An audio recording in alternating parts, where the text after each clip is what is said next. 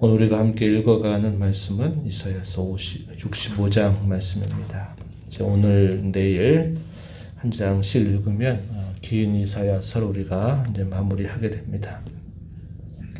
우리가 오랜 시간 살펴왔던 이사야 선지자의 메시지는 그게 두 가지다. 그렇게 여러 차례 함께 생각해 봤죠.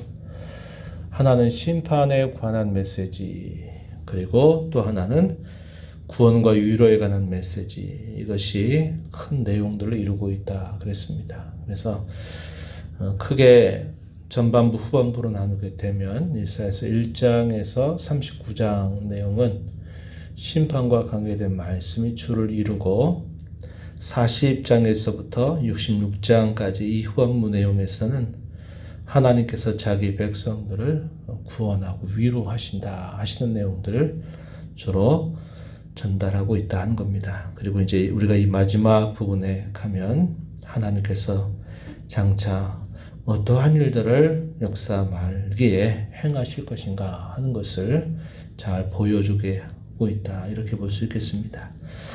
우리가 앞에서 64장 후반부, 63장이죠. 63장 후반부에서 63장 15절부터요. 64장 계속 이어지는 내용은 선지자 이사야가 하나님 앞에 기도하는 내용입니다. 자기 백성들과 그 자신을 하나로 일체화해서 그 백성들을 끌어안고서 자기의 죄를 하나님 앞에 고백하고 용서를 구하듯이 하나님의 긍휼과 자비를 구하는 선지자의 기도의 내용이 소개가 되고, 하나님의 백성들을 괴롭히는 대적자들에 대한 심판을 행해 주실 것을 선지자가 하나님 앞에 기도 올렸습니다. 그리고 이 65장의 내용은 그 내용으로 봤을 때는 하나님께서 선지자가 올렸던 그 기도에 대한 응답의 내용으로 볼 수 있습니다. 먼저 앞부분 내용들 1절로부터 7절 내용을 보면은 하나님께서 자기 백성들을 향해서 그들이 찾지 않아도 부르지 않아도 하나님이 그들을 찾아오셨다, 그들을 부르셨다라는 사실을 이야기합니다. 하나님께서 그들에게 찾아오신 것 자체가 그들에겐 큰 은혜의 내용이고, 그들이 하나님을 섬기는 백성이 되어서 그들이 이방의 신들을 따라 섬겼던 그런 죄를 범하게 될 때 하나님은 끊임없이 그 백성들을 부르셨다라는 말씀을 전달해 줍니다. 그럼에도 불구하고 그 부르시는 하나님을 외면하는 그들에게는 하나님께서 그들의 죄에 따라 보응하시겠다라는 말씀으로 응답을 하시게 되고요. 그리고 두 갈래길로 사람들이 나눠지게 될 것을 말씀하는 내용이 8절부터 16절까지 소개가 됩니다. 결국 끝까지 남게 될 자들과 그리고 버림을 받게 될 자들이 갈라지게 될 것에 대해서 말씀해 주세요. 그래서 모든 인생은 이 두 갈래 길 가운데 하나의 길을 걸어가게 될 것을 말해 줍니다. 그리고 하나님이 남겨두실 자들에게 하나님께서 마침내 이루어 주실 약속이 무엇인가 하는 내용들을 소개해 주는 말씀이 17절부터 마지막 절까지입니다. 그래서 우리가 많이 읽었던 말씀, 들어봤던 말씀이죠. 보라, 내가 새 하늘과 새 땅을 창조할 것이다 라고 하면서 하나님이 새롭게 변화하는 그 세계가 어떠한 세계일까 하는 것을 잘 예언해 주는 말씀, 이것이 65장의 후반부 내용에 기록이 되고 있습니다. 먼저 앞부분에 보시면은 1절 한번 가서 보시기 바랍니다. 이렇게 말합니다. 나는 나를 구하지 아니하던 자에게 물음을 받았다. 이 말이 좀 이해하기 어려운데 쉽게 말하면요, 구하지도 아니했던 자들에게 하나님이 자신을 나타내셨다, 이런 뜻입니다. 자신을 계시하셨다, 그런 말이에요. 찾지도 않았는데 하나님이 찾아오셨다, 이 말이에요. 나를 찾지 않은 자에게 찾아냄이 되었다. 발견되었다 이렇게 표현합니다. 내 이름을 부르지 아니하는 나라에 내가 여기 있다, 내가 여기 있다 하였노라. 어떤 말씀이 떠오르나요? 우리가 앞에 구약성경 앞부분에 읽었던 말씀 가운데 내가 세계 많은 민족들 가운데 열국 가운데서 너희를 나의 백성으로 삼았다. 너희를 나의 특별한 소유로 삼았다. 그것은 너희가 모든 민족 가운데 힘이 강하고 많은 민족이어서가 아니라 다만 내가 너희를 사랑하기 때문에 너희를 나의 백성으로 삼았다 하는 그 말씀을 우리가 떠올릴 수 있습니다. 신명기 말씀에서 하나님 모세를 통해서 광야에 있는 백성들에게 그런 말씀을 깨닫게 해주신 것입니다. 그런 의미와 비슷한 의미라 이 말이죠. 하나님이 거저 오셔서 하나님이 내가 너희의 하나님이다. 내가 너희를 구원하는 하나님이다. 너희에게 복을 주는 하나님이다. 라는 것을 알려주셨다는 겁니다. 그런데 시간이 흘러가면서 그 백성들이 어떤 모습을 보였습니까? 그들 가운데 찾아오신 하나님을 계속 거절하고 외면하는 행위를 보였다는 겁니다. 2절에 보면 내가 종일 손을 펴서 자기 생각을 따라 옳지 않은 길을 걸어가는 패역한 백성들을 불렀다. 자기 생각 따라 옳지 않은 길 걸어가는 패역한 백성들 이렇게 표현했습니다. 자기 생각을 따라가는 길은 항상 이와 같은 길로 결국 접어들게 돼 있어요. 사사시대의 특징은 우리가 읽었던 것처럼 어떤 특징입니까? 자기 소견에 옳다고 하는 대로 행했던 시대. 백성의 지도자들이나 종교의 앞선 자들, 장로들 할 것 없이 다 자기 생각대로 하는 시대였습니다. 우리가 사사기 말씀을 읽으면서 그 부분을 많이 확인했던 것을 떠올려 볼 수 있겠죠. 자기 생각을 버리는 것이 신앙생활의 시작입니다. 신앙생활은 자기 생각을 끊임없이 부인하고 자기 십자가를 지고서 주님을 따르는 길이다. 이렇게 주님이 말씀해 주신 것입니다. 우리가 이것을 육신의 장막을 벗을 때까지 늘 벗으려고 해도 잘 벗어지지 않는 것이 이거예요. 내 생각, 내 경험, 내 판단 이런 것들을 버리는 훈련들이 늘 우리에게 필요함을 잊지 말아야 합니다. 하나님의 백성들이 그런 자신들 가운데 찾아왔던 하나님, 그 은혜의 하나님, 구원의 하나님을 그들이 왜 계속 배역했느냐? 자기 생각들을 버리지 않았기 때문에 그래요. 하나님께서 어떻게 하라고 하시는 그 구체적인 말씀까지 다 그들에게 주셔도 그 말씀을 그들이 관심을 갖지 않는 행위를 따라서 하다 보니까 결국 패역한 백성들로 그들이 결국은 가게 되는 모습을 나타내는 것입니다. 3절에 이렇게 말하죠. 동산에서 제사하며 벽돌 위에서 분향하며 내 앞에서 항상 내 노를 일으키는 백성 이렇게 말합니다. 우상을 숭배하는 겁니다. 그러면서 그들이 심지어 뭐라고 말하느냐. 5절에 보면 너는 내 자리, 너가 서 있는 자리에 있고 나에게 가까이 하지 말아라. 나는 너보다 거룩하다. 이렇게 말한다는 겁니다. 자기가 더 의롭고 거룩하다라는 것을 가지고서 말하고 있는 거예요. 이런 자들에 대하여 뭐라고 비유를 설명하십니까? 5절 끝부분에 보면은 내 코에 연기와 같다. 종일 타는 불과 같다. 이렇게 말합니다. 연기가 내 얼굴 앞에 이렇게 있으면은 그 연기가 힘이 없잖아요. 훅 하면은 그냥 쉬 사라져 버리는 게 연기와 같은 겁니다. 당시에 이 패역한 백성들, 하나님의 말씀이나 하나님 앞에서 관념치 않고 그저 자기 하고 싶은 대로 행하면서 내가 더 거룩하다, 너는 부정하다 이런 식으로 말하는 그런 사람들에 대해서 마치 코앞에 있는 연기와 같이 아주 허망하고 보잘것없는 것에 지나지 않는다. 이렇게 표현을 하고 있다는 겁니다. 그러한 자들을 향하여 내가 분명히 보응하겠다라는 말씀을 응답해 주시고 있는 겁니다. 7절에 보면 너희의 죄악과 너희 조상들의 죄악이 동일하다, 같다. 그 죄악은 무엇이냐? 산 위에서 분향하고 작은 산 위에서 나를 능욕하였다. 오래된 그 산당 제사, 이방 제사와 섞여서 그것이 하나님께 제사하는 것인지 이방신을 섬기는 것인지 분간도 안 되고 나중에는 의도적으로 이방신들을 섬기는 그런 죄악까지 범하게 되었다 하는 겁니다. 이것이 그들의 죄악이며 그들 조상들의 죄악이었다라고 분명하게 말씀을 하시고 계십니다.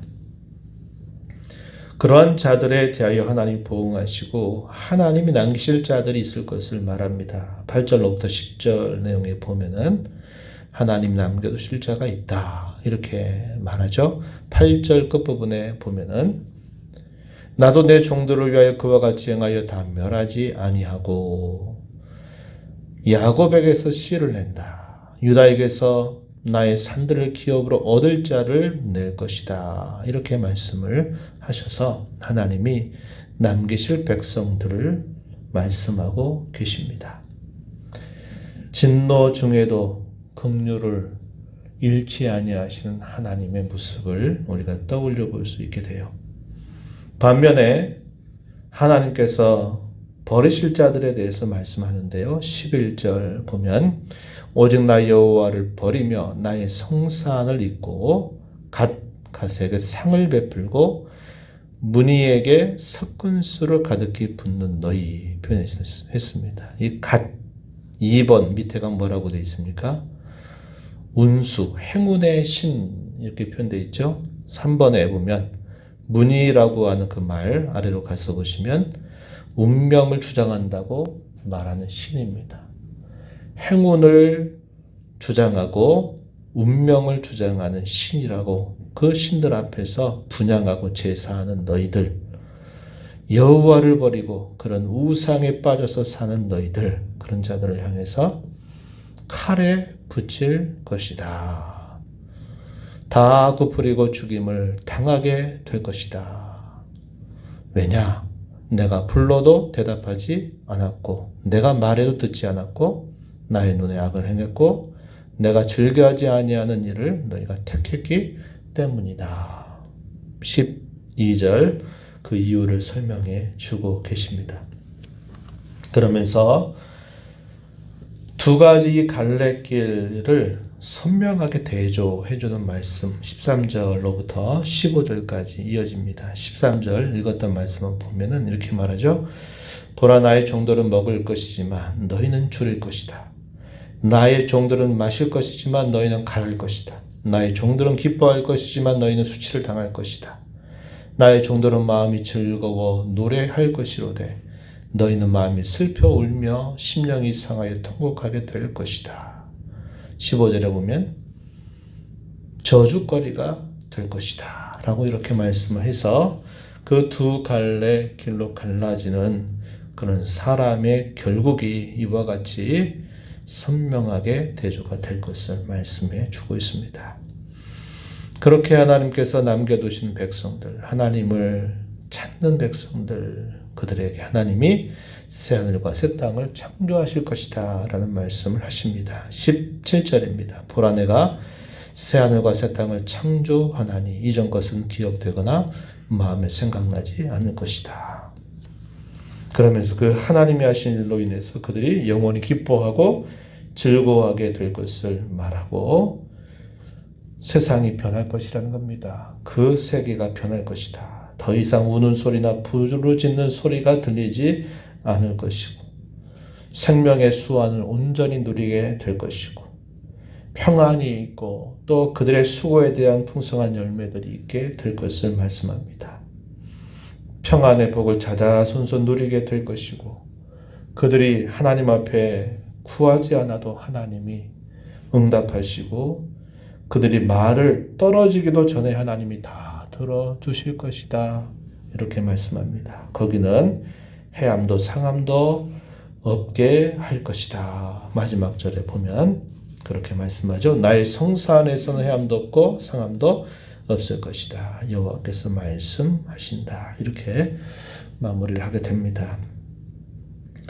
우리는 이 하나님의 약속이 여전히 우리 가운데 남아있다는 것을 잊지 말아야 합니다. 그리고 그날은 하루하루가 지나면서 더 가까이 우리에게 다가오고 있다는 것을 또 기억해야 합니다. 요한계시록 22장 마지막 부분에서 이런 말씀을 해주셨어요. 요한계시록 22장 10절로부터 12절 말씀에 보면 이렇게 말씀합니다. 때가 가까우니라 이렇게 말씀하고 11절에 이렇게 말했어요. 한번 잘 들어보세요. 불의를 행하는 자는 그대로 불의를 행하고 더러운 자는 그대로 더럽고 의로운 자는 그대로 의를 행하고 거룩한 자는 그대로 거룩하게 하라. 12절에서는 보라 내가 속히 오리라 각 사람에게 행한 대로 갚아 주리라 이런 말씀을 요한계시록의 결론에서 말씀하고 있어요. 세상이 어떠하든지 다른 사람이 어떠하든지 간에 우리는 하나님이 우리를 불러주신 그 믿음의 길, 의로운 길, 하나님이 원하시는 길, 그 길을 끝까지 걸어가야 합니다. 주변에서 아무리 흔들어 대고 주변에서 아무런 무슨 이야기를 가지고 어떻게 하든지 간에 하나님께서 우리에게 베푸신 그 구원을 기억해서 좌로 우로 치우치지 말고 가야 할 길을 끝까지 걸어가야 돼요. 주변을 두리번 해서는 안 됩니다.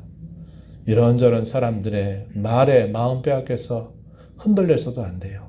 우리가 가야 할 길을 바르게 믿음 따라 걸어가야만 됩니다. 그래서 두 가지의 삶의 모양으로 결국 갈라지게 될 거다. 끝까지 가라는 겁니다. 하나님의 약속을 받은 자로서 이 하루 주께서 우리에게 주신 이 하루 동안에도 내가 가야 할 길, 주님이 우리에게 찾아오셔서 보여주시는 길, 우리 안에 내주하시는 성령님이 우리를 지도하고 이끌어 가시는 대로 나는 그 길을 가리라 하는 그런 결단과 다짐, 그런 은혜를 구하면서 저와 여러분 이 하루를 살아가야 합니다. 우리 남은 삶을 그렇게 살아가야 하겠습니다. 하나님 아버지,